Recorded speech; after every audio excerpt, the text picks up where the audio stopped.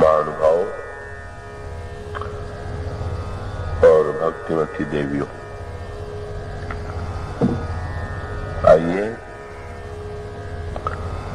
हम सब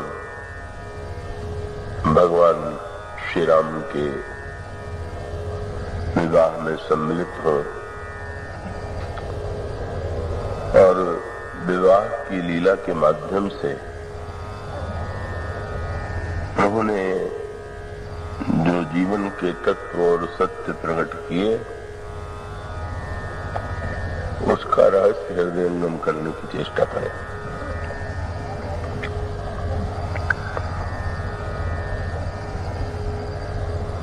भगवान श्री राम जनकपुर में पहले से विराजमान हैं और महाराज श्री दशरथ श्री अवध से बारात लेकर के मिथिला में पधारते हैं।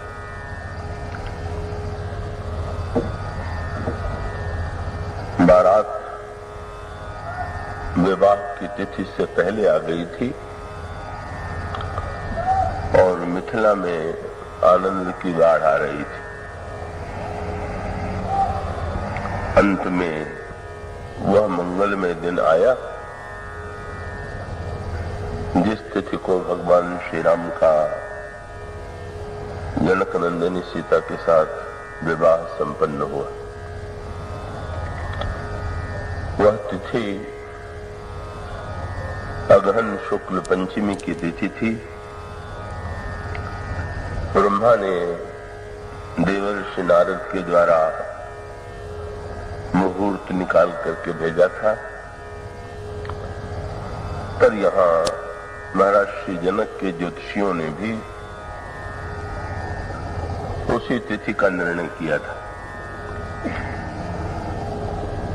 अगहन शुक्ल पंचमी को दिन के पश्चात जब गोधूली बेला आई, जब सूर्य अस्ताचल की ओर जा रहा था,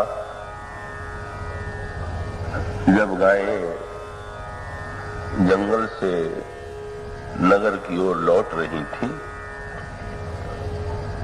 उसी समय सतानंद जी ने दूल्हे को महाराज श्री जनक के द्वार पर आने का आदेश दिया। भगवान श्री राघवेंद्र घोड़े पर विराजमान हुए और घोड़े पर बैठ करके वे महाराज श्री जनक की ओर द्वार की ओर गए। वहां सुनैना जी के द्वारा आरती उतारी गई। महाराज श्री जनक के द्वारा पावड़े बिछाए गए और दूल्हे को मंडप में लाया गया। वहां पर पाद प्रक्षालन हुआ, कन्यादान की विधि संपन्न की गई, ग्रंथि बंधन हुआ, भावरी हुई और सिंदूर दान हुआ। और इस तरह से वैदिक विधि से, शास्त्रीय विधि से भगवान श्री राम और श्री सीता जी का विवाह संपन्न हो जाने के बाद महाराज श्री जनक के यहाँ जो अन्य 3 कुमारियां थीं और इधर भगवान श्री राम के जो 3 अनुज थे, उनके विवाह का निर्णय भी मंडप में ही किया गया। और तब तीनों भाइयों का, श्री भरत का मांडवी जी से, लक्ष्मण जी का उर्मिला जी से और शत्रुघ्न जी का श्रुतकीर्ति से विवाह संपन्न हुआ। पुष्प की वर्षा हुई, जय ध्वनि। पर जैसा कि कल आपके सामने कहा जा रहा था, ये विवाह जो है वस्तुतः तात्विक दृष्टि से इस विवाह की कोई अपेक्षा नहीं थी, क्योंकि श्री राम साक्षात ब्रह्म है, ईश्वर है, और श्री सीता जी उनकी ही शक्ति है। शक्ति और शक्तिमान अभिन्न है। ऐसी स्थिति में दोनों के विवाह की कोई आवश्यकता थी ही नहीं।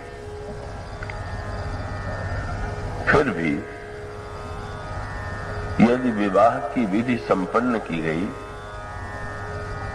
या उसे ये कहें तो अधिक अच्छा होगा कि विवाह की लीला पूरी की गई,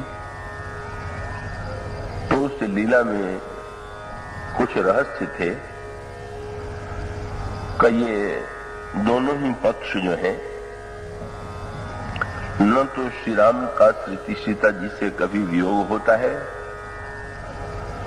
और न तो श्री सीता जी और श्री राम का कभी मिलन होता है। मिलन और वियोग दो अलग अलग व्यक्तियों में होते हैं, किंतु दोनों पक्ष प्रस्तुत किया गया। कृपया आप देह नगर में बैठ के कथा मत सुनिएगा, क्योंकि देह नगर में बैठेंगे तो फिर निद्रा देवी तुरंत आप पर अधिकार करेंगी। तो ये तो विवाह जो होता है वो तो विदेह नगर में होता है, वियोग तो देह नगर में होता है। लंका में वियोग और जनकपुर में संयोग। देह नगर में दोनों अलग अलग प्रतीत होते हैं, दोनों में दूरी दिखाई देती है,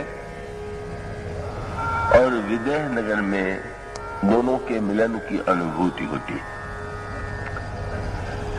और ये जो संयोग और वियोग दोनों ही पक्ष हैं, ये तात्विक दृष्टि से सत्य न होते हुए भी लोक कल्याण के लिए आवश्यक है। तो आइए पूरी सजगता से भगवान श्री राम ने अपने विवाह के माध्यम से जो अनुपम सूत्र हुए उस पर दृष्टि डालने की चेष्टा करें। सबसे पहले दूल्हा राम का ध्यान करें, जो घोड़े पर बैठे हुए। और गोस्वामी जी ने दूल्हे की प्रशंसा तो की ही, लेकिन ये लिखना भी नहीं भूले कि जेहि बरबाज राम असवारा, तो ही सारगहुन वर्ण पारा। जिस घोड़े पर भगवान श्री राम विराजमान थे, उस घोड़े के सौंदर्य का वर्णन करने में शारदा भी समर्थ नहीं। तो ये जो घोड़ा है, इसके विषय में कल कथा के अंत में संकेत दिया जा रहा था। तो घोड़ा, गोस्वामी जी ये कहते हैं कि काम जो है वही घोड़े के रूप में यहां पर दिखाई दे रहा है, और काम के अश्व पर दूल्हे के रूप में श्री राम विराजमान है। इसमें सांकेतिक सूत्र ये है कि मनुष्य के जीवन में सद्गुणों का होना तो आवश्यक ही है। सद्गुणों का सदुपयोग तो व्यक्ति को करना ही चाहिए, पर व्यक्ति के जीवन में सद्गुणों के साथ दुर्गुण भी विद्यमान। तो क्या ये जो जीवन में दुर्गुण विद्यमान है, इनका भी कोई सदुपयोग हो सकता है क्या? और दुर्गुणों में भी जिन दुर्गुणों की सबसे अधिक निंदा की गई है, भगवान श्री राम लक्ष्मण से कहते हैं कि सारे दुर्गुणों में सबसे भयानक दुर्गुण 3 है। तात 3 अति प्रबल खल, काम क्रोध और लोभ, मुनि विज्ञान धाम मन, करहि निमिष में छोड़।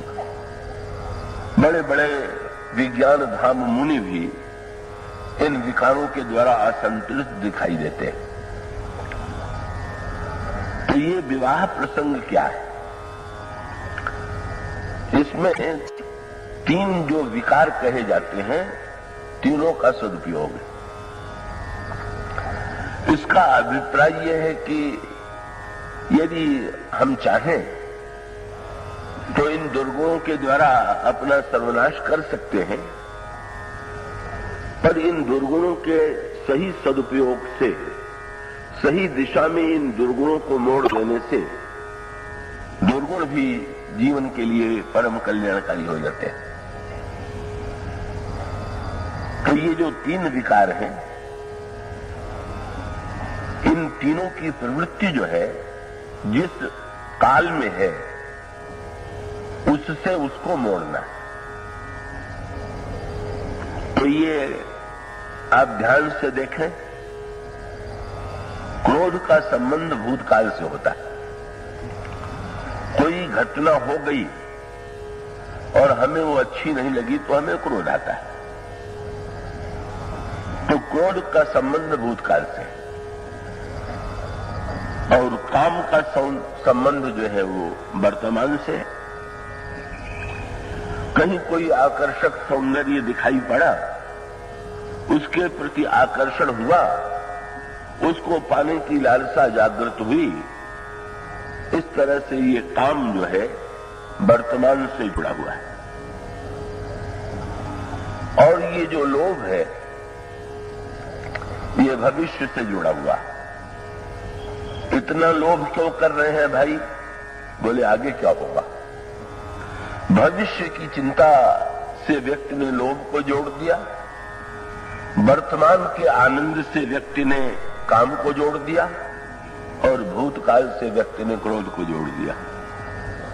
और परिणाम क्या होता है? हानि ही हानि है। क्यों? क्रोध हुआ भूतकाल पर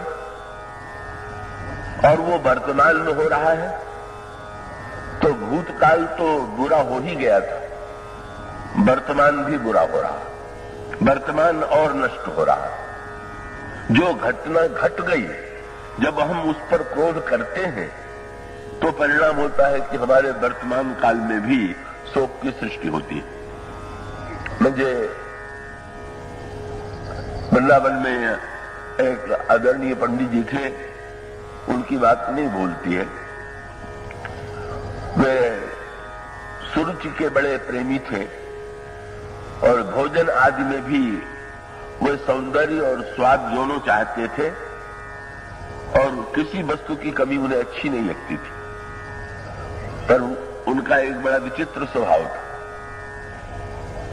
कि अगर रसोइये ने किसी दिन भोजन बनाने में कोई भूल कर दी तो उसको तो क्रोध में आके डांटते ही थे, पर जो मिलता था उसके सामने भी ऐसा मुंह बनाए रहते थे कि वो पूछे बिना नहीं रहता था कि पंडित जी क्या हो गया। और तब वो उस रसोइये को 10 गाली दे करके कहते थे, बहुत ही बुरा है, आज तो उसने भोजन का सत्यानाश कर दिया। तो स्वयं क्रोध में दुखी हुए, दुख को बांटा, पर इसके बाद भी सबसे बड़ा दुर्भाग्य क्या था कि दूसरे दिन अगर रसोइये ने भोजन बहुत बढ़िया बना दिया तो वो प्रसन्न नहीं होते थे, उनको 10 गुना क्रोध आता था, और वो बिगड़ के कहते थे कि कल भी तूने ऐसा क्यों नहीं बनाया था। बड़ी अनोखी बात है। जब बुरा बन गया तो भी अच्छा नहीं लगा, अच्छा बन गया तो भी ऐसा पहले क्यों नहीं हुआ। और इसका अर्थ ये है कि क्रोध की ये प्रवृत्ति जो भूत से जुड़ी होकर के वर्तमान को भी नष्ट कर रही है, उसका क्या लाभ है। और काम की वृत्ति जो है वो वर्तमान से जुड़ी होकर के भविष्य को नष्ट कर रही है। काम में व्यक्ति यदि अधिक आसक्त होगा, भोगग्रस्त होगा, तो भविष्य में भोग के साथ रोग को आमंत्रित करेगा। तो क्रोध ने वर्तमान को नष्ट किया और काम ने भविष्य को नष्ट किया, और लोभ ने भी। लोभ की संग्रह की प्रवृत्ति ने का वर्तमान के आनंद को विनष्ट कर दिया। वर्तमान की कृपणता के द्वारा भविष्य कितना लंबा होगा और वो धन का कितना सदुपयोग कर पावेगा इसका पता नहीं, पर वर्तमान में उसका सदुपयोग नहीं हो रहा। तो ये जो तीनों बुराइयां हैं, इनको क्या मिटाया जा सकता है क्या? तो इसका उत्तर ये दिया गया कि जरा इनको, इनकी दिशा को पलट दीजिए। तो धनुष यज्ञ में क्रोध का अगर सदुपयोग देखना हो तो धनुष यज्ञ में देखिए, और काम और लोभ का सदुपयोग देखना हो तो विवाह में देखिए। क्या इसका अर्थ हुआ? संसार के दो प्रसिद्ध क्रोध करने वाले धनुष यज्ञ में दिखाई देते। एक तो परशुराम जी महाराज और दूसरे लक्ष्मण जी भी प्रसिद्ध है कि उनको भी क्रोध बहुत आता है। तो लक्ष्मण जी को जो क्रोध आता है और परशुराम जी को जो क्रोध आता है, इसमें कोई अंतर है कि नहीं? और बहुत बढ़िया बात है। क्या क्रोध को अगर भविष्योन्मुख बना दीजिए, भूतोन्मुख के स्थान पर वो भूतकाल से न जुड़ करके भविष्य से यदि जुड़ जाए, भविष्य के लिए अगर कल्याण की सृष्टि करे तो क्रोध आवश्यक है। परशुराम जी के क्रोध में और लक्ष्मण जी के क्रोध में यही अंतर है। भूतोन्मुख क्रोध देखना हो जो भूतकाल से जुड़ा हुआ है तो वो क्रोध है परशुराम जी का, और भविष्य के लिए जो प्रेरणा देने वाला क्रोध है वो क्रोध है लक्ष्मण जी का। मैं आशा करता हूं कि आप पूरी एकाग्रता से विषय को सुनेंगे। परशुराम जी की समस्या क्या है? धनुष टूट गया। अगर परशुराम जी चाहते थे कि धनुष न टूटने पावे तो उनके लिए तो उचित समय यह था कि जब जनक जी ने प्रतिज्ञा की कि मैं धनुष तोड़ने वाले को कन्या दूंगा, तभी आकर के वो जनक जी को फटकार देते, तो जनक जी को डांट देते कि तुम ऐसी प्रतिज्ञा बिल्कुल नहीं करोगे।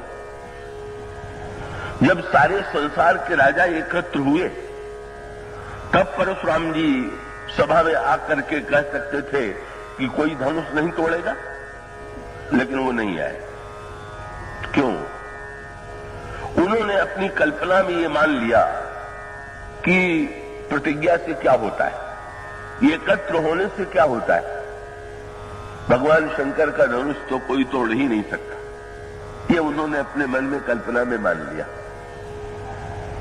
पर जो मान लिया वो नहीं सत्य सिद्ध हुआ, और जब धनुष टूट गया तब वे आते हैं। अब उनका जो क्रोध है उसकी कोई सार्थकता है क्या? इसीलिए जो बात के लक्ष्मण जी ने कहा वो बड़ा सार्थक है। क्या कि महाराज, अगर आपके क्रोध करने से टूटा हुआ धनुष भी पिघल के जुड़ जाए तो क्रोध करिए।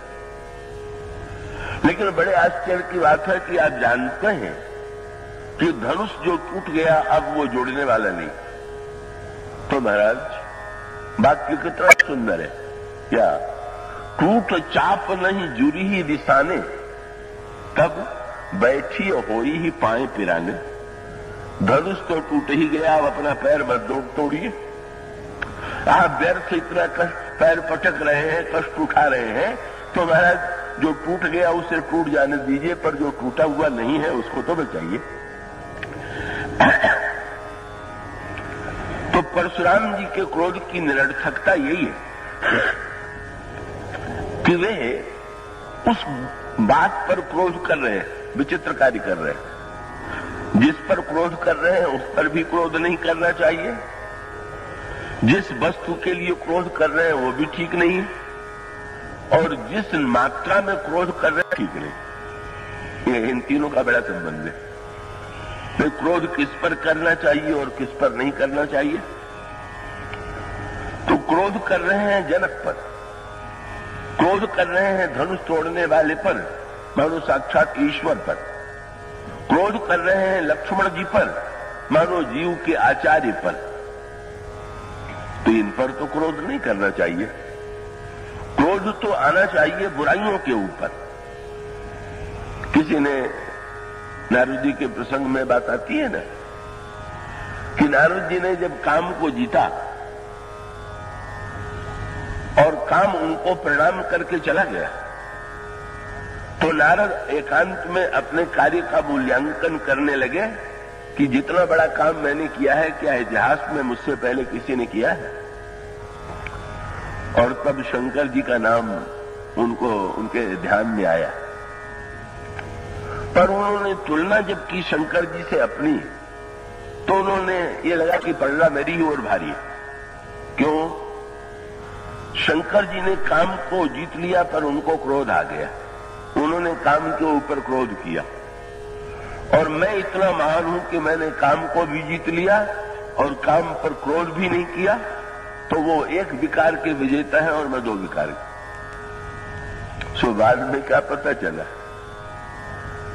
कि नारद जी को क्रोध तो आई, ये नहीं कि क्रोध नहीं आया, पर किस पर क्रोध आया? राम पर क्रोध आ गया। अरे तो राम पर क्रोध करना पड़े, इससे अच्छा तो काम पर ही क्रोध कर लीजिए। अच्छाई पर क्रोध आवे, ये तो कोई अच्छाई का सदुपयोग नहीं हुआ। बुराई के ऊपर यदि क्रोध आवे तो बुराई मिटाने का संकल्प जागृत होगा। तो भगवान शंकर ने अगर क्रोध करके काम को जला दिया, तो इसका अभिप्राय है कि क्रोध की सार्थकता यह है कि वो हमारे जीवन की बुराइयों को जला दे, हमारे जीवन की बुराइयों को मिटा दे। अंत में नारद जी को तो इतना तीव्र क्रोध आया कि फरकत आधारो कोप मन माही सपद चले कमलापति पाई। और तीव्र कितना? देहो शाप की मरिहो जाई, जगत मोर उपहास कराई। या तो मैं शाप दे करके उनको दंड दूंगा या आत्महत्या कर लूंगा। क्रोध का ये रूप।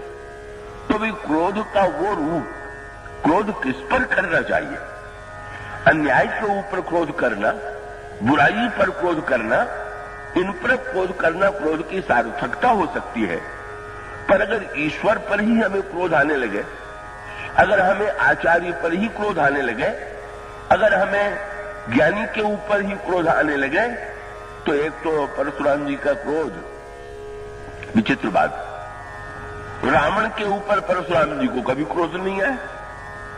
अगर इतने बड़े शक्तिशाली तो थे ही, पर एक बार भी इतिहास में बात नहीं आती है कि परशुराम जी को ये क्रोध आया हो कि वो रावण को जाकर के फटकार करके रावण से ये कहे कि अगर तुम इस प्रकार का अन्याय करोगे तो मैं तुम्हें दंड दूंगा। या 1000 भुजा वाले का कि भुजा जब मैंने काट ली है तो तुम्हारी 20 भुजा को काटने में भी मुझे विलंब नहीं लगेगा। तो परशुराम जी को रावण पर क्रोध न आवे और राम पर क्रोध आवे, और ये विडंबना की पराकाष्ठा। क्या? किसको क्रोध आया? राम को। और किस पर क्रोध आया? राम पर। दोनों ही तो राम है। परशुराम भी राम है और वो भी राम। और इसका अर्थ तो ये हुआ कि ये जो क्रोध की स्थिति है कि रावण पर क्रोध न आकर के राम पर क्रोध आवे, तो क्रोध किसी काम का नहीं। और क्रोध जिस वस्तु के कारण आया वो वस्तु भी नाशवान थी। का धनुष जो है एक न एक दिन वो अखंड तो नहीं था, वो नित्य तो नहीं था, वो तो विनाशी था।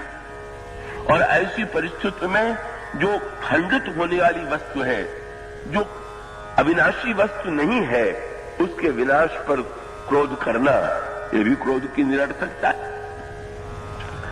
और क्रोध जिस मात्रा में करना चाहिए, देखिए क्रोध तो अग्नि है और अग्नि की भी उपयोगिता है।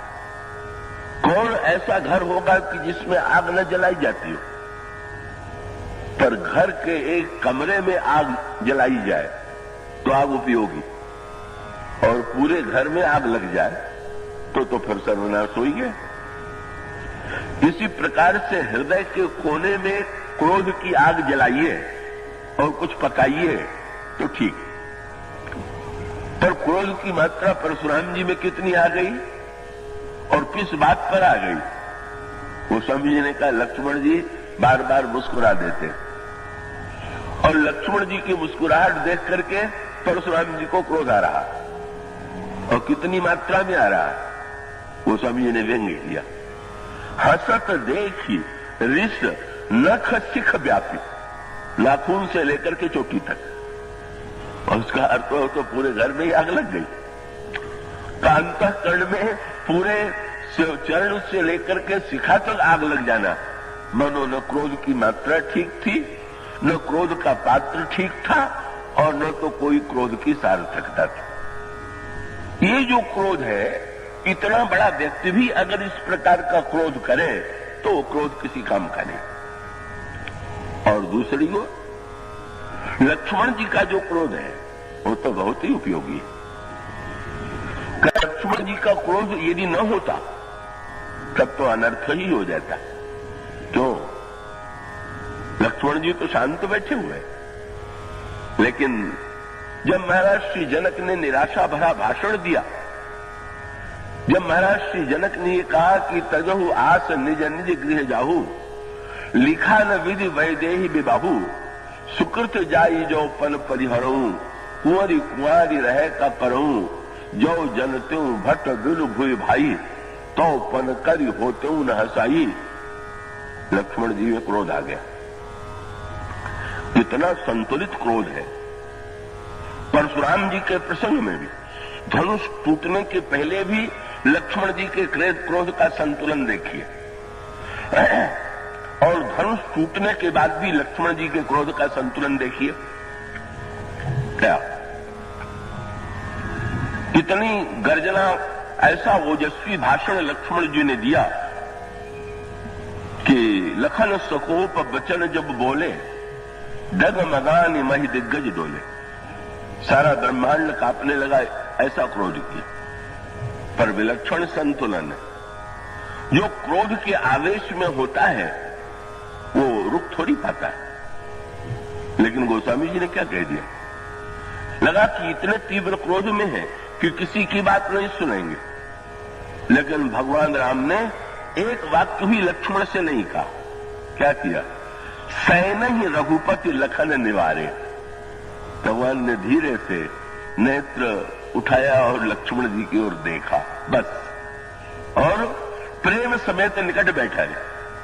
इतने शांत कि एक क्षण के लिए भी कहीं कोई जरा भी आवेश नहीं। प्रभु ने कहा वाणी से नहीं, केवल संकेत किया, धीरे से अपने पास में बैठा लिया। इसका अभिप्राय है कि कितना संतुलित मात्रा में क्रोध है, कितना करना चाहिए और कितना नहीं करना चाहिए। और यही बात परशुराम जी के प्रसंग में हुई। परशुराम जी के प्रसंग में जब लक्ष्मण जी व्यंग्य करने लगे, परशुराम जी का क्रोध बढ़ने लगा, तो उस समय जनक ने भी लक्ष्मण जी की आलोचना किया। परशुराम जी तो कर ही रहे थे, मष्ट करहु अनुचित भल नहीं। और परशुराम ने तो श्री राम को उलाहना भी दे दिया। क्या? कि तुम जितने सज्जन हो, तुम्हारा छोटा भाई उतना ही खोटा। और कह दिया तुम तो बड़े सरल लगते हो, लेकिन ये तो गौर शरीर श्याम मन माही, काल कूट मुख पय मुख नहीं। और भगवान राम को उलाहना दिया कि भाई तुम चाहे जितने अच्छे हो, पर तुम में बड़ी कमी। क्या? केवल अपने अच्छे होने ही थोड़ी ठीक। जब तुम्हारा अपने भाई पर ही अधिकार नहीं है और चाहे जो बके जा रहा है, तो तुम शासक अच्छे नहीं हो, व्यक्ति अच्छे हो सकते हो। परशुराम जी ये दिखाना चाहते थे कि निपक निरंकुश का तुम तो राजकुमार हो, तुमको तो छोटे पर अंकुश रखना चाहिए था, पर तुम अंकुश नहीं रख पाए, तो ये तो तुम्हारी कमी है। भगवान राम ने क्या किया? गोस्वामी जी ने लिखा, सारे सभा के लोग लक्ष्मण जी के विरुद्ध हो गए। स्त्री पुरुष को जोर जोर से कहने लगे, थर थर कापही पुर नर नारी, छोट कुमार खोट बड़ भारी। छोटा भाई बड़ा खोटा। परशुराम जी प्रसन्न हो गए कि यहां इतने लोग उपस्थित हैं, सब ये समझते हैं कि खोटा है तो लक्ष्मण। वो ये नहीं समझ पाए कि बात बिल्कुल उल्टी थी। वो लक्ष्मण जी को खोटा जो कह पाए वो इसीलिए कि वो समझते थे कि सुन के भी ये कुछ नहीं करेंगे, पर परशुराम जी से इतना डरते हैं कि इनके विषय में कुछ मुंह से निकला तो सीधे फरसे ही सिर पर चलेगा। कब बोल देने से ही सिद्ध नहीं हो जाता है कि आपके विषय में कोई अगर कुछ न बुरा कहे तो आप बहुत अच्छे। डर के बारे भी किसी व्यक्ति के बारे में कुछ न कह पाना ये तो लाचारी होती है। जनसमूह जो है कब वो बेचारा परशुराम जी की आलोचना तो कर नहीं सकता, पर लक्ष्मण जी की आलोचना करने का साहस उन्होंने किया। जनक ने भी विरोध किया और जब चारों ओर से विरोध होने लगा तो भगवान राम ने क्या किया? नयन करे रे राम। फिर श्री राम की आंखें जरा सी तिरछी हुई और लक्ष्मण जी को देख लिया, और देखते ही आश्चर्य है। गुरु समीप गौने तुरंत परिहरि बानी बाम। भगवान श्री राम बिल्कुल चुप हो गए। जब भगवान राम ने नयन तरेर करके देखा तो परशुराम जी बड़े प्रसन्न हुए कि राम ने भी मान लिया कि ये लड़का ठीक नहीं कर रहा। पर अगर इसका दूसरा अर्थ उनके समझ में बाद में आया, सुनि मृदु गूढ़ वचन रघुपति के, बाद में क्या आया? भगवान राम ने परशुराम जी को बता दिया कि महाराज आप कहते हैं कि ये लड़का निरंकुश है, अरे ये तो इतना अनुशासनबद्ध है, इतना आज्ञाकारी है कि आंख के संकेत से भी मान जाता है, और आप अगर फरसे से भी नहीं मनवा पा रहे हैं तो फरसे में ही कोई कमी होगी। आप चेष्टा कर रहे हैं पर फरसे से नहीं डर रहा है, और मैं केवल आंख तिरछी करता हूं उतने मात्र में ही संतुलित हो जाता है। क्रोध पर कितना नियंत्रित है। क्रोध की समस्या यही है कि क्रोध जब बढ़ता है तो उसकी कोई सीमा नहीं रह जाती। पर दोनों प्रसंगों में क्रोध का संतुलन लक्ष्मण जी में दिखाई देता है, जहां बिना एक शब्द कहे क्रोध का प्राकट्य हुआ और उसका उपशमन हुआ। और क्रोध भी जो आया वो जनक पर नहीं, जनक के अज्ञान पर। उन्होंने शब्द ये था कि मैं जो कुछ क्रोध कर रहा हूं, अगर किसी दूसरे व्यक्ति ने कहा होता तो क्रोध करने की आवश्यकता नहीं, पर जनक जी ने ऐसी बात कह दी। और ये क्रोध तो इतना बढ़िया हुआ कि क्रोध न होता तो भगवान राम को उठने की प्रेरणा ही नहीं मिलती। जब लक्ष्मण जी ने भाषण दिया और सारा ब्रह्मांड डिग गया तो प्रभु ने मुस्कुरा करके लक्ष्मण जी से पूछा, तुमने भाषण के द्वारा सारे ब्रह्मांड को क्यों डिगा दिया? लक्ष्मण जी ने कहा कि प्रभु मुझे दिखाई ये पड़ा कि सारे संसार में इस समय दो ही डिगे, या तो धनुष और या तो आप। तो मैंने सोचा कि जब तक आप नहीं जरा डिगेंगे तब तक ये जड़ धनुष जो है ये अंधकार फैलाए रहेंगे। इसलिए मैं तो यही चाहता था कि मैं बताऊं कि चैतन्य का प्रकाश होने के लिए जड़ की जड़ता का विनाश तो तभी होगा जब चैतन्य में संकल्प की जागृति होगी, जब चैतन्य ये कार्य संपन्न करेगा। और उस क्रोध का आनंद देखिए, वो समझ ने लिखा। जब लक्ष्मण जी भाषण दे चुके तो गोस्वामी ने लिखा, सबसे अधिक लक्ष्मण के भाषण से किसको प्रसन्नता हुई? श्री सीता जी को। श्री सीता गोस्वामी जी ने लिखा का लखन के वचन सुन करके श्री सीता जी सिय ही हर्ष का जनक सकुचाले। जनक जी के मन में संकोच हुआ, अरे मेरे मुंह से कौन सी ऐसी बात निकल गई जिससे इस युवक को क्रोध आ गया। ये तो श्री राम के अनुज हैं, पर सबसे अधिक प्रसन्नता तो सीता जी को हो रही, और सीता जी को ही नहीं हो रही। विश्वामित्र गदगद हो गए। बड़ा विश्वामित्र जी ने मन ही मन अपनी पीठ भी ठोक लिया। बोले बड़ा अच्छा हुआ मैं राम के साथ लक्ष्मण को भी मान के ले आया, अगर ये ना भाषण देता तो ये तो ऐसी चुप्पी मार के बैठ गए कि उठने का नाम ही नहीं ले रहे, तो बहुत अच्छा हुआ। गुरु रघुपति सब मुनि मन माई, और प्रभु भी बड़ा आनंद ले रहे। कितना बढ़िया क्रोध है, जिससे ईश्वर को प्रसन्नता हो रही, जिससे भक्ति को प्रसन्नता हो रही, जिससे भगवान को प्रसन्नता हो रही, ऐसा विलक्षण क्रोध। कि गोस्वामी जी का शब्द यही है कि गुरु रघुपति सब मुनि मन माही, मुदित भये पुनि पुनि पुल खाई। और ये श्री राम सीता के विवाह की चर्चा है। यहां पर काम दोनों में, पर दोनों के व्यवहार में भिन्नता थी। क्या? जब शंकर जी पर काम ने आक्रमण किया तो शंकर जी ने तीसरी आंख खोली और काम को जला करके नष्ट कर दिया। पूछा गया, आपने काम को जला क्यों दिया? शंकर जी ने कहा कि मैं श्री राम के रूप में डूबा हुआ था और काम ने श्री राम के रूप से मुझे अलग करने की चेष्टा की। जो ईश्वर से दूर करने की चेष्टा करे उसे तो नष्ट ही कर देना चाहिए। भगवान शंकर ने काम पर क्रोध किया और काम जल गया। भगवान राम ने काम को जलाया नहीं, शिव ने जला दिया, पर शिव जी को भी जलाने के बाद तो फिर बचा नहीं पड़ा, क्योंकि फिर वही समस्या थी। शंकर जी ने काम को जला दिया तो शंकर जी के लिए कोई समस्या नहीं, लेकिन सबसे अधिक समस्या काम के जलने की जो हुई, प्रसन्नता जो हुई, तो तारकासुर को हुई। क्यों?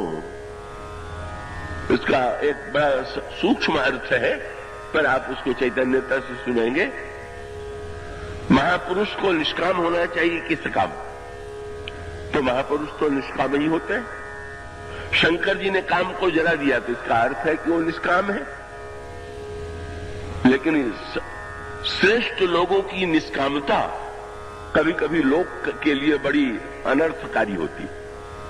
कृपया आप ध्यान से इसको देखें। इसका अर्थ है कभी कभी दिखाई भी देता है कि भाई बुरे व्यक्ति तो क्रमशः आगे बढ़ करके सारी वस्तुएं पाले, और अच्छा व्यक्ति ये कहे कि हमें कुछ नहीं चाहिए, हमें क्या लेना देना। तो उसका परिणाम क्या होगा? अगर अच्छे व्यक्ति को कुछ नहीं लेना देना है तो जो कुछ है वो बुरे व्यक्ति को ही तो लेना है। इसलिए तत्व ये है कि अच्छे व्यक्ति में अपने लिए कामना भले ही न हो, पर लोक कल्याण के लिए वो कामना को स्वीकार करे। अपने सुख के लिए कामना न हो, लेकिन संसार के हित के लिए, अन्याय को मिटाने की कामना तो होनी चाहिए। तारकासुर तो यही मान के चला था। तारकासुर जब तपस्या करता है और शंकर जी ब्रह्मा वरदान देने के लिए आए, तारकासुर से पूछा तुम क्या चाहते हो? उसने यही कहा कि मैं चाहता हूं कि मेरी मृत्यु न हो। उन्होंने कहा ये तो संभव नहीं। तो अपना बड़ा बुद्धिमान अपने को समझता था, उसने गणित किया क्या कि शंकर जी तो पूर्ण काम है, शंकर जी तो निष्काम, और विवाह व्यक्त करता है काम के कारण, कामना से प्रेरित हो करके। तो ऐसा बढ़िया मैं वरदान मांग लूं कि ब्रह्मा चाहे दे चाहे न दे, पर मेरी मृत्यु न हो। तो उसने कहा अच्छा महाराज, तो एक बात है, शंकर जी के विवाह से जो बेटा उत्पन्न हो उसी के हाथ से मरूं तो मरूं, नहीं तो दूसरे के हाथ से नहीं। और उसका गणित क्या था? न उनमें कामना है, न उनको आवश्यकता है, न विवाह करेंगे, न बेटा उत्पन्न होगा, न मैं मरूंगा। उसकी पूरी ये दैत्यों की बुद्धिमत्ता हमेशा इस दिशा में इसी दूरगामी गणित की ओर रहती है। परिणाम क्या हुआ? शिव अगर निष्काम हो गए तो शंकर जी के लिए ठीक है, लेकिन संसार के लिए तो महाकल्याणकारी। और तारकासुर ने कहा सुना, तो उसने तो नृत्य गीत का आयोजन किया। बोले मैं यही समझ के तो मैंने वरदान मांगा था, मैं तो जानते ही था कि शंकर जी मैं काम का लेश नहीं। इसीलिए अंत में लोक कल्याण के लिए शंकर जी को विवाह करना पड़ा। और विवाह यदि करना भी पड़ा तो काम को भी स्वीकार करना पड़ा, काम को भी जीवित रहने का वरदान देना पड़ा। और इसीलिए जब भगवान शंकर को देवताओं ने बधाई दी तो ये कह करके बधाई नहीं दिया कि आपने बहुत बड़ा काम किया कि काम को जला दिया। उन्होंने शब्द यही कहा, काम जारी रति कहां बर दीन्हा कृपा सिंधु यह अति भल कीना। आपने काम को जला करके रति को वरदान दे दिया, ये आपने बहुत अच्छा किया।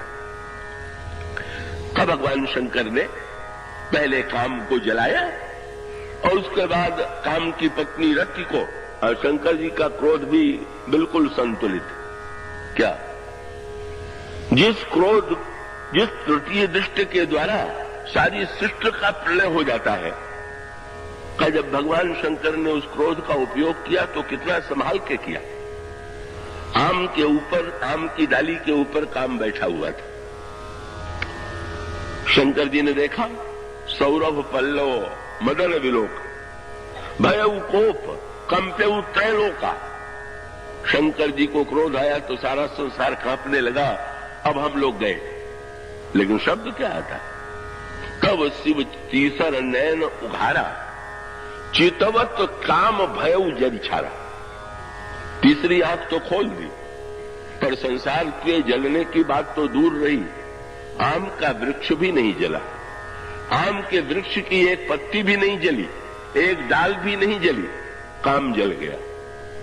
शंकर जी से किसी ने पूछ दिया, महाराज आपने काम को जला दिया पर आम को क्यों छोड़ दिया? तो शंकर जी ने कहा, भाई इसमें बेचारे आम का क्या दोष। काकभुसुंडी जी भी आम का उपयोग करते हैं और काम ने भी काम का उपयोग किया, पर काकभुसुंडी जी आम का कितना बढ़िया। उनको जिस सुमेरु के शिखर पर वो रहते हैं उसमें 4 वृक्ष लगे हुए हैं और एक वृक्ष पर आम, एक शिखर पर आम का वृक्ष लगा हुआ। आम तो बहुत ही रसीला होता है, कैसी तृप्ति देने वाला, कैसा स्वादु ये आम का फल है। और ये रस की जो प्यास है किसमें नहीं है, लेकिन वो रस की प्यास कैसे पूरी हो। काकभुसुंडी जी कितना बड़ा उपयोग कर रहे हैं। आम के वृक्ष के नीचे बैठ जाते हैं और वहां बैठ के क्या करते हैं, आम छाह कर मानस पूजा तज हरि भजन काज नहीं दूजा। वहां पर आम के नीचे बैठ के भगवान का ध्यान करते हैं, भगवान की मानसिक पूजा करते हैं और उस पूजा में उनको रस मिलता है। शंकर जी ने कहा, भाई दोस्त रसाल का नहीं है, बस अंतर ये है। काकभुसुंडी जी आम के नीचे बैठते हैं और काम जो है वो आम के ऊपर बैठता। ये दुर्गुणों की प्रवृत्ति है। वो छाया में बैठते हैं और वो शासन की प्रवृत्ति से ऊपर बैठ करके अपनी शक्ति का दुरुपयोग करता है। भगवान शंकर का अभिप्राय था कि क्रोध उतनी ही मात्रा में की जानी चाहिए जितने मात्रा के द्वारा केवल बुराई मिटे।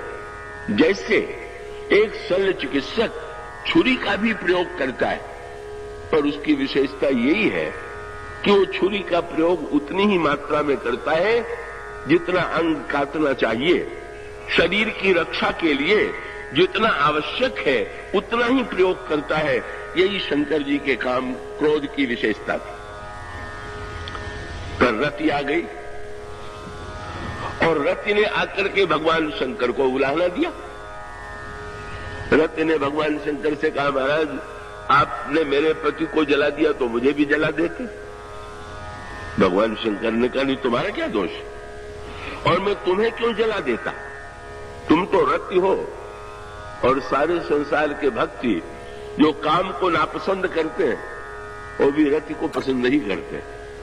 अब भरत जी से बढ़कर के निष्काम कौन हो, लेकिन कुछ नहीं चाहिए उनको, पर क्या चाहिए, अर्थ न धर्म न काम रुचि गति न चाहो निर्वाण, लेकिन जन्म जन्म रति राम पद। बस जिनको रति चाहिए वो तो भरत जैसे महाविरागी और महात्यागी भी। भगवान शंकर ने कहा, अनर्थ रति में नहीं है, अनर्थ तो काम में। रति में तो मिलन की तीव्र आकांक्षा है और ये मिलन की तीव्र आकांक्षा अगर भगवान से जुड़ जाए, भगवान के चरणों से जुड़ जाए, तो भगवत चरणों की रति बनकर के व्यक्ति को धन्य बना देगी। और वस्तुतः काम ही जो है वो वासना की सृष्टि करके इसमें अनर्थ के बीज बो देता है, इसीलिए मैंने काम को जला दिया। पर रति ने कहा कि महाराज इसका परिणाम क्या होगा, और आप कृपा करके बताइए कि आपने ये दंड क्यों दिया। तो शंकर जी ने ही उत्तर दिया, इसने श्री राम से मुझको अलग किया, इसीलिए मैंने जलाया। लेकिन रति ने जो बात कही वो शंकर जी को पसंद आ गई।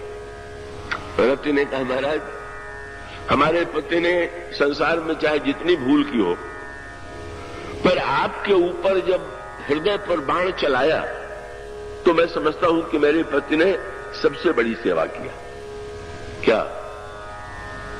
रति ने याद दिलाया, बोले आपको याद होगा प्रभु भी आपके सामने पहले आए थे, श्री राम भी आपके सामने प्रकट हुए थे, और श्री राम ने आपसे विवाह करने के लिए कहा था। और महाराज आप भगवान के रूप में इतने मगन हुए कि भगवान की आज्ञा को भूल गए।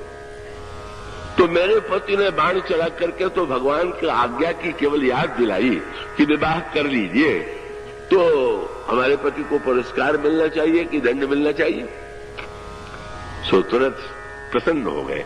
अच्छा, अगर ऐसी बात है तो तुम्हारा पति अशरीरी बनकर के जीवित रहेगा। और अशरीरी बनकर के जीवित रहने के साथ जब उसने कहा मुझे तो बिना शरीर के मिलन के पूर्णता की अनुभूति नहीं होगी, तो भगवान कृष्ण ने कहा, भगवान शंकर ने कहा, द्वापर युग में जब भगवान कृष्ण के रूप में जन्म लेंगे तब तुम्हारा पति उनके पुत्र के रूप में जन्म लेगा, तुम्हारा श्री कृष्ण के पुत्र से विवाह हो जाएगा। कितनी बढ़िया बात की। शंकर जी ने कहा काम को भगवान से कैसे जोड़ दिया जाए, काम भगवान का पुत्र बन जाए, भगवान काम को स्वीकार कर ले और वो पुत्र आज्ञाकारी के रूप में भगवान की आज्ञा का पालन करे। इस तरह से काम के प्रति भगवान शंकर का व्यवहार हुआ।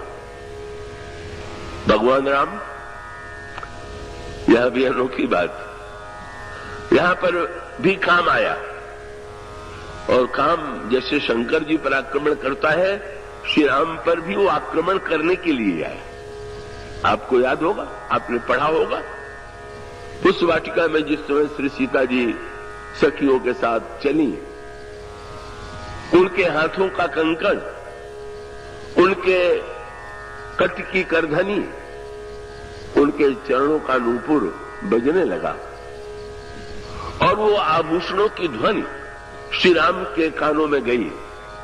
भगवान राम सबसे पहले, भगवान राम जब तक जनकपुर में नहीं आए थे तब तक तो भाषण में भगवान का गद्य बड़ा सुंदर होता था, पर अयोध्या में कभी उन्होंने कविता नहीं बनाई।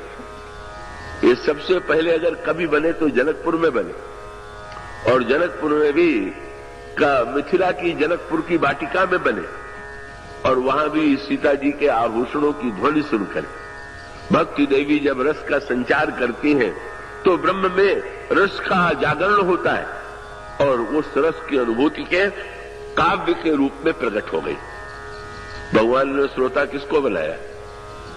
लक्ष्मण जी को। वैसे व्यवहारिक दृष्टि से देखें तो एक बात उचित नहीं। क्या? श्रृंगार की चर्चा न तो बड़ों से की जाती है न तो छोटे से। श्रृंगार की चर्चा तो केवल बराबरी वालों से की जा सकती, पर भगवान राम का श्रृंगार अनोखा। उन्होंने चर्चा की तो दो ही से की, या तो पुष्पवाटिका में की तो छोटे भाई लक्ष्मण से, या वहां से निकल करके आए तो गुरु विश्वामित्र से। ये विचित्र बात। दोनों का चुनाव जो है छोटे भाई से वो बात तो नहीं की जाती, और गुरु के समक्ष हृदय सराहत सिए लुनाई, गुरु समीप गौने दो भाई, राम कहा सब को सुख पाई। श्री राम का काम बड़ा विलक्षण है। श्रृंगार में जो छिपाने की प्रवृत्ति है वो प्रवृत्ति नहीं है, भगवान श्री राघवेंद्र ने लक्ष्मण को श्रोता बनाया। कभी चाहता है कि कोई सरस श्रोता मिले और उसे कविता सुनावे, तो भगवान राम ने भी जब कविता बनाई तो सोचा कि अब इस कविता को जरा लक्ष्मण से सुनावे। पूछा, लक्ष्मण तुमने सुना? तो आभूषणों की ध्वनि लक्ष्मण जी के कान में भी गई। तुम्हें कैसा लग रहा है? लक्ष्मण जी उस समय तो नहीं बोले, उस वाटिका में तो उन्होंने मौन ले लिया, पर बाद में जब प्रभु ने उनसे पूछा कि जब आभूषणों की ध्वनि हुई तो तुम्हें क्या लगा, तो लक्ष्मण जी ने कहा, मुझे तो यही लगा कि जैसे वेद की ऋचाओं का नाद हो रहा है, वेद मंत्र की ध्वनि निकल रही। उनका भाव दूसरा है। पर प्रभु ने उस वाटिका में कहा कि ना ना, ये आभूषणों की ध्वनि नहीं, एक कामदेव जो है मेरे ऊपर आक्रमण करने के लिए बाजे बजाता हुआ आ रहा। यही भगवान की पहली कविता है पूरे रामायण में। कंकण किंकिनी नूपुर धुनि सुनी, कहत लखन सन राम हृदय गुनी। क्या मानव मदन दुंदुभी गिनी, मनसा विश्व विजय कहती नहीं।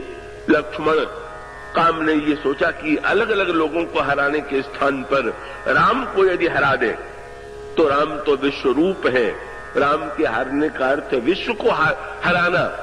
इसीलिए देखो तो कितना बड़ा दुस्साहस कर रहा है कि मेरे ऊपर आक्रमण करने के लिए छिप के नहीं। प्रभु को याद आ गई, बोले शंकर जी पर आक्रमण करने आया तो छिप के गए, और मेरे ऊपर आक्रमण करने आ रहा है तो बजाता हुआ आ रहा है। ये कैसी बात? लक्ष्मण जी बिल्कुल चुप रह गए, बोले ही नहीं। अब इसका आध्यात्मिक तात्पर्य है कि लक्ष्मण जी है वैराग्य। लखन राम सीता सहित राजत पर्ण कुटीर, भगत ज्ञान वैराग्य जन सोच धैर्य शरीर। तो काम का जब आक्रमण हो जीवन में तो सहायता किससे मांगनी चाहिए? वैराग्य से। वैराग्य ही काम से बचा सकता है। का भगवान श्री राघवेंद्र ने कहा, लक्ष्मण तुम तो मेरे साथ मेरे सदा रक्षक और सहायक रहे हो, देख नहीं रहे हो इस काम का दुस्साहस ये आक्रमण करने के लिए बाजा बजाते हुए आ रहा है। भगवान ने मुस्कुरा करके देखा लक्ष्मण क्या बोलते, पर लक्ष्मण जी ने तो बिल्कुल चुप्पी साध लिया, बोले ही नहीं, एक बार भी नहीं बोले। प्रभु ने लक्ष्मण जी से पूछा, तुम तो सर्वदा संकट में मेरे साथ रहे, पर मेरे ऊपर काम का आक्रमण हुआ और मैंने तुमको सुनाया, फिर भी तुम चुप रह गए। का बहुत बढ़िया बात कही लक्ष्मण जी ने। बोले प्रभु, काम अगर अपने बल से आक्रमण करने आ रहा होता तो मैं जरूर लड़ता, लेकिन जब मैंने देख लिया कि काम ने श्री किशोरी जी के चरणों का आश्रय ले लिया है तो मैं चुप हो गया।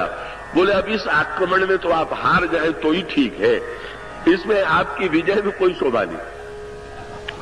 का काम जो है भक्ति देवी के चरणों के नूपुर में जब उसने आश्रय ले लिया, आपकी शक्ति का, आपकी भक्ति का आश्रय लेकर के काम अकेला शंकर जी पर अपने बल से आक्रमण करने गया था, पर आज काम आक्रमण करने आया है तो अकेला अपने बल से नहीं आया हुआ, आज तो श्री किशोरी जी का आश्रय लेकर के आया हुआ। मैं क्या बोलता, मैं कैसे कहता कि वो इस समय वैराग्य की कोई उपयोगिता है, क्योंकि भक्ति में जो दिव्य काम जुड़ गया है वहां तो वैराग्य की नहीं अनुराग की सार्थकता है। बल्कि लक्ष्मण जी ने तो पराजय का प्रमाण पत्र लिख दिया। इस युद्ध में भगवान ने कहा युद्ध, तो लक्ष्मण जी ने उस वाटिका में जाकर के भगवान राम का सारे मस्तक पर श्रृंगार किया फूलों के द्वारा, और बीच में मोर पंख लगा दिया। और जब ये श्रृंगार लक्ष्मण जी कर चुके तो उन्होंने प्रभु से संकेत किया बाहर निकलने के लिए। और प्रभु जब लता कुंज से निकले, सखियों ने देखा तो सबसे पहले सिर पर दृष्टि गई और क्या दिखाई पड़ा? सखी ने तुरंत सीता जी से कहा, आपस में कहा, जरा देखिए सीता जी से कहा, मोर पंख सिर सोहत नीके, इनके सिर पर मोर पंख। सखी क्या कहना चाहती है सीता जी से? इतने अंगों में सबसे अधिक मोर पंख ही पहले दिखाई पड़ा। इतनी सुंदर आंखें हैं, इतनी सुंदर भुजाएं हैं, वक्षस्थल है, चरण है, किसी अंग का नाम लेने करके मोर पंख का नाम ले रही, क्यों ले रही? सखी का तात्पर्य था कि देखिए ना, जब कोई हारता है तो सिर माथे पर अपनी हार स्वीकार करता है। बोले तो श्री राम ने तो इतना आए थे तो मोर पंख नहीं थे, पर आपकी वाटिका का मोर पक्षी है, पर उस पक्षी को उन्होंने इतना सम्मान दिया कि उसके गिरे हुए पंख को सिर पर बांध लिया। और जब आपके पक्षी से इतना प्रेम करते हैं कि उसको सिर पर चढ़ाते हैं, तो आपको कहां धारण करेंगे? आप विचार करके देख लीजिए। आपका हृदय तो वस्तुतः उनके हृदय पर ही अधिकार है। और इस तरह से पहली बार काम ने भक्ति का आश्रय लिया और श्री सीता जी के चरणों का आश्रय लेकर के भगवान के मन में भी क्षोभ की सृष्टि करने में, अनुराग की सृष्टि करने में समर्थ हुआ। फिर काम की पदोन्नति हुई। कब? धनुष यज्ञ में। पहले तो चरणों में आया और धनुष यज्ञ में श्री सीता जी भगवान राम को देखना चाहती है, पर देखती है बिल्कुल एकटक नहीं देख करके ऊपर नीचे देखती है और आंखों में बड़ी चंचलता। ये किसकी चंचलता थी? गोस्वामी जी ने कहा सीता जी प्रसन्न हो गई। किस पर? काम के ऊपर। क्यों? बोले तुमने हमारे प्रियतम के हृदय में मेरे राग का संदेश पहुंचा दिया, मेरे प्रेम का संदेश पहुंचा दिया, इसलिए तुम्हें अब मैं चरणों से उठा करके उन्होंने स्थान कहां दे दिया? जिस समय सीता जी श्री राम को देखती हैं, उस समय गोस्वामी जी लिखते हैं, प्रमुहि चितव पुनि चितव मही राजत लोचन लोल खेलत मनसिज मीन जुग जनु विधु मंडल डोल। काम आज आंखों में आ गया और बोले तुम्हारी चंचलता का सदुपयोग यही है कि तुम चंचल बने रहो पर निरंतर श्री राम से जुड़े रहो।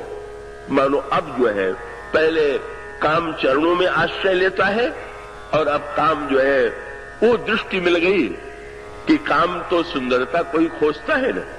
सीता जी ने कहा तुम सुंदरता की ही तो आकृष्ट करते हो व्यक्ति को, तो मैं तुम्हें ऐसी सुंदरता की ओर ले जाती हूं जिसको पा करके तुम धन्य हो जाओगे।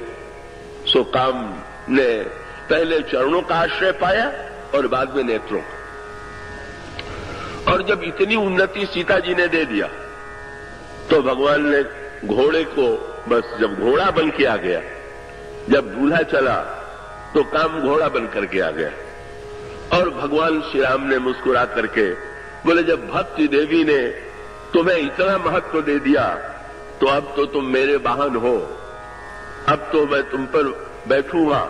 और भगवान श्री राम को घोड़े के ऊपर बैठ गए, काम घोड़ा बना और अब काम ने राम को पा लिया। दूल्हा राम जो है वो घोड़े की पीठ पर बैठे हुए। काम ने जब राम को पाया, अनोखा दृश्य क्या, यही बरबाजी राम असवारा कहीं सारदौल न बर नहीं पारा। भगवान राम दो पशु दिखाई देने वालों की पीठ पर बैठे। एक तो किष्किंधा कांड में हनुमान जी जो बंदर दिखाई देते हैं उनकी पीठ पर बैठे, और विवाह के प्रसंग में घोड़े की पीठ पर बैठे। प्रभु से किसी ने पूछा कि आपका दरबार तो अंधाधुंध है, क्यों? बोले हनुमान जी शंकर के अवतार है तो वो तो है कामारी। तो कामारी के पीठ पर बैठ गए तो समझ में आता है, लेकिन ये घोड़े के रूप में काम के पीठ पर बैठ गए तो आपको काम और कामारी में कोई अंतर नहीं दिखाई देता है क्या? प्रभु ने हंस करके कहा कि मैं दोनों की पीठ पर बैठ तो गया पर बहुत बड़ा अंतर था। क्या? तो उन्होंने कहा, जब घोड़े के पीठ पर मैं बैठा तो मैंने लगाम से उसको कस के पकड़ लिया और घोड़े से कह दिया कि मैं जिधर कहूं तुम उधर चलो। और हनुमान जी की पीठ पर मैं बैठा तो हनुमान जी से मैंने कहा कि तुम जिधर कहो उधर मैं चलूं। का वस्तुतः ये अंतर तो है ही। कामारी पर नियंत्रण की आवश्यकता नहीं है, वो जहां ले जाए वहां जाने के लिए मैं प्रस्तुत हूं, पर काम को तो मेरी इच्छा के अनुकूल चलना होगा, मेरी लगाम में रहना होगा, मेरे संकेत पर उसको नाचना होगा। और प्रभु ने एक बड़ी मीठी बात ये कही कि तुमने ध्यान नहीं दिया, दोनों प्रसंग में मैं जब पीठ पर बैठा तो उद्देश्य एक ही था। क्या? घोड़े पर जब बैठा तो सीता जी को पाने के लिए, और हनुमान जी के पीठ पर बैठा तो सीता जी को पाने के लिए। पाना तो भक्ति को है, पीठ किसकी है इसका महत्व नहीं है। आशय अगर काम को स्वीकार करके भक्ति की दिशा में बढ़ा जा सके तो भी ठीक, और कामारी को स्वीकार करके अगर भक्ति को पाया जा सके तो भी ठीक। इस तरह से काम जो है अश्व के रूप में, ऐसा काम श्री राम से जुड़ गया।